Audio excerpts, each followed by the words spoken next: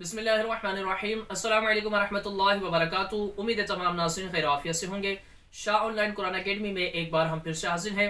आज के इस वीडियो में इंशाअल्लाह सुबजल्ला हम हिफ्ज़ कुरान जो करने वाले हैं, जो कुरान मजीद फुरकान हमीद हिफ्ज़ कर रहे हैं, उनके लिए हम दो ऐसी टिप्स से लेकर आए हैं, दो ऐसी बातों की तरफ तवज्जो दिलाएंगे इंशाअल्लाह सुबजल्ला।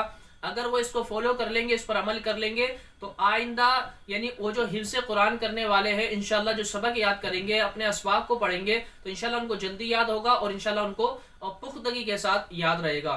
हालांकि वो कर रहे भी होते हैं, लेकिन वो ये फॉर्मलिस्ट के तौर पर कर रहे होते हैं, तवज्जो उस तरफ नहीं देते। तो इंशाल्लाह इस वीडियो में हम आपको उस तरफ ही तवज्जो दिलाएंगे। वीडियो को मुकम्मल देखिए, चैनल पर नए हैं इसको सब्सक्राइब करके बेल आइकन पर क्लिक कर दें। इंशाल्लाह आप तक इस तरह की इन्फॉर्मेटिव वीडियोस पहुंचती रहेगी।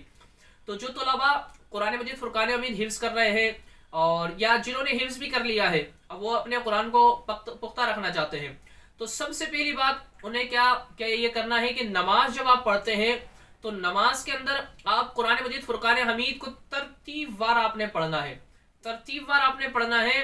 और जैसे मिसाल के तौर पर किसी का 30वां पारा है, खत्म हो चुका है, पहला पारा लग चुका है, तो अब वो पूरा कंप्लीटली 30वां पारा अपनी नमाज के अंदर पढ़े। 5 नमाजें पढ़ते हैं, तो आप पहले 5 नमाजें पढ़ते हैं, फर्ज इमाम साहब के पीछे पढ़ते हैं, तो अब उसके अलावा जो सुन्नतें और नवाफिल आप पढ़ रहे हैं, तो उसमें आप इन सूरतों की आपने तिलावत करनी है, पढ़ना है। तो इंशाल्लाह इससे क्या होगा, आपकी पुख्तगी आएगी। रोजाना नमाजों में इस तरीके से सूरतों को आप दोहराएंगे, सूरतें पढ़ेंगे। होता क्या है, इस तरीके से तलबा नहीं करते, बस वो शुरू की 4, 5, 10 सूरतें होती हैं, बार बार उन्हीं को रिवाइज कर रहे होते, उन्हीं को पढ़ रहे होते। लेकिन ये बहुत अच्छा तरीकेकार है, आप नमाज पढ़ रहे हैं, नमाज के पढ़ने के अंदर आप सूरतें भी अपनी पढ़ेंगे, अपने सबक को याद करें।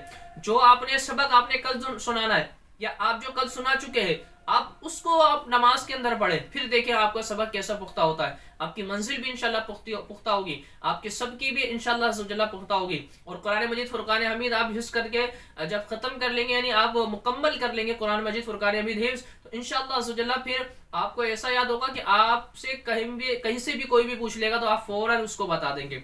बस आपने अमल करना है कि नमाज में आपने सूरतों की तरतीब वार आपने इसी तरीके से तिलावत करनी है, उनको कुरान में पढ़ते रहना है। दूसरा काम आपने ये करना है कि आप वक्तन फवक्तन आपको जब मौका मिले, जब आपको टाइम मिले, जैसे ये जो हिफ्ज़ कुरान कर रहे हैं, अब उनका सबक है, सबक उनके 16 लाइनें सबक है अगर उनकी, तो अब जो उनका सबक है वो आपने कुरान की आयात ऑडियो में आपने मोबाइल तो सबके पास होता है, एंड्रॉइड मोबाइल हर एक के पास ही, हर बच्चे के पास है, तो अपने पास वो आयात अपने पास क्या करनी है, ऑडियो में रखनी है। ऑडियो में रखने के बाद आपने उन आयतों को सुनना है, बार बार सुनना है, बार बार सुनना है, बार बार सुनना है, क्योंकि जब बार बार आप उसको सुनेंगे तो इंशाल्लाह सुजल्ला आपका लहजा भी बनेगा और आपको इंशाल्लाह सुजल्ला वो याद भी हो जाएंगी।